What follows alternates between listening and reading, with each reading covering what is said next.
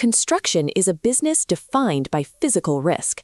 Workers operate heavy machinery, elevate themselves off the ground, and lift raw materials daily. Many employers assume that an administrative title provides a shield against the high costs of that risk. They believe calling an employee an office manager or a supervisor automatically secures a low workers' compensation premium rate for that individual. In North Carolina, internal corporate titles hold zero weight. Workers' comp premium is a strict mathematical function of how an auditor classifies your payroll. The rules governing these classifications are set entirely by the North Carolina Rate Bureau, or NCRB. The NCRB does not care what is printed on an employee's business card. They categorize risk based exclusively on the specific physical actions that single employee performs on a daily basis. A job title provides no protection during an audit. Only a documented record of an employee's actions will determine the financial outcome for the employer. This creates an immediate operational challenge when an employee has split duties. It is common for a single construction worker to perform tasks across multiple risk categories within a standard workweek. The NCRB rules technically allow employers to split an employee's payroll between different rate classifications. This is a recognized mechanism to save money when a worker shifts to lower-risk tasks. But the rule contains a rigid condition. If time records fail to document the exact hours spent in each category, the auditor applies the default highest rate rule. This diagram shows exactly how the penalty operates. An employee spends 1 day repairing a roof and 4 days installing cabinets. Because roofing is the highest rated classification, the auditor legally sweeps all lower-risk payroll into the expensive roofing code. The NCRB Basic Manual strictly forbids auditors from giving auditors the benefit of the doubt in ambiguous situations. The auditor is under no obligation to prove the employee did roofing all week. The legal burden rests absolutely on the employer to physically prove the employee performed the lower-rated cabinet work. In a workers' comp audit, undocumented ambiguity defaults to the most expensive possible outcome. To protect split-duty payroll from that default penalty, employers must rely on one specific mechanism, the contemporaneous record. Contemporaneous means the data is created at the exact time the work is performed. It cannot be estimated or filled in at the end of the month. Here is a look at the financial outcomes of having these records versus lacking them. Under the default assignment, an employee moves from a high-rate roofing task to a low-rate cabinet task without live tracking. The auditor converts the entire week into a solid red block of penalty rate. Under the contemporaneous record, daily timestamps divide the hours.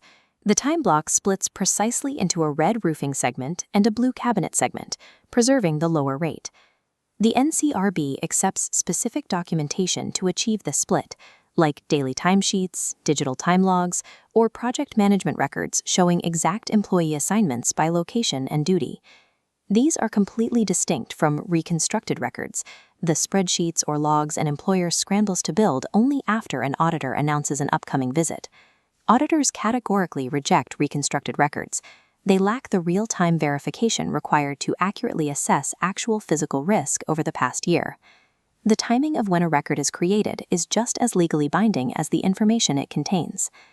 This chart highlights employees who theoretically do not perform hands-on fieldwork, beginning with the Clerical Office Classification, or Code 8810. The limits of Code 8810 are rigid. The employee's duties must be strictly administrative. They are permitted zero supervision of workers and zero physical labor. There is a physical boundary separating an administrative worker in the office from the site itself. The NCRB enforces a zero-tolerance policy for site exposure. The moment the employee touches the dirt of an active site, the 8810 code is voided. A single job site visit disqualifies the employee from the cheap clerical rate for the entire audit period. Physical proximity to construction risk, even for a moment, permanently destroys the clerical classification for that policy year. This diagram maps an intermediate management classification, Executive Supervisor, Code 5606. This allows for site visits without automatically triggering field crew rates. This role has specific permitted administrative actions. An executive supervisor can review progress reports and attend site meetings. These actions represent indirect supervisory authority. The executive is working with site supervisors rather than directly managing the laborers. Specific behaviors immediately disqualify the employee from this code. They cannot direct individual workers, and they cannot demonstrate tasks. If a manager picks up a tool to demonstrate a technique to a crew member, they instantly cross the threshold into physical work.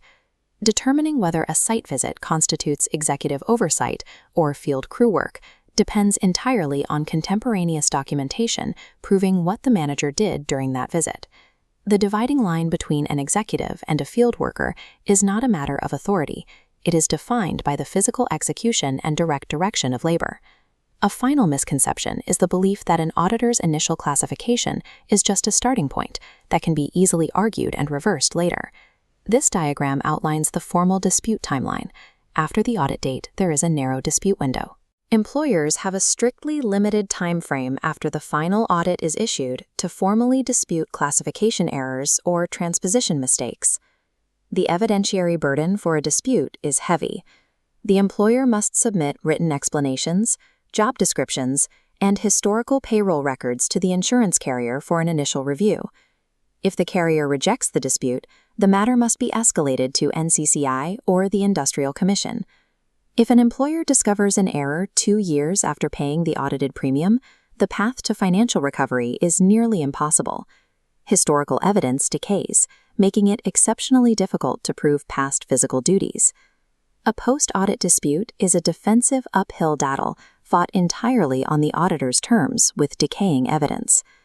To control costs, employers must shift strategy from defensive disputes to proactive, pre-audit architecture. This work happens before the policy year even begins.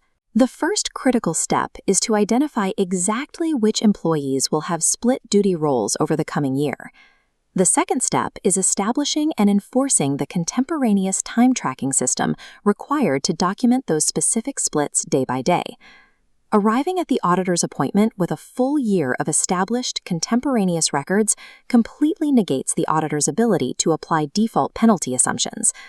Agents working to help North Carolina construction employers manage these classification audits can find specific resources at workcompprofessionals.com.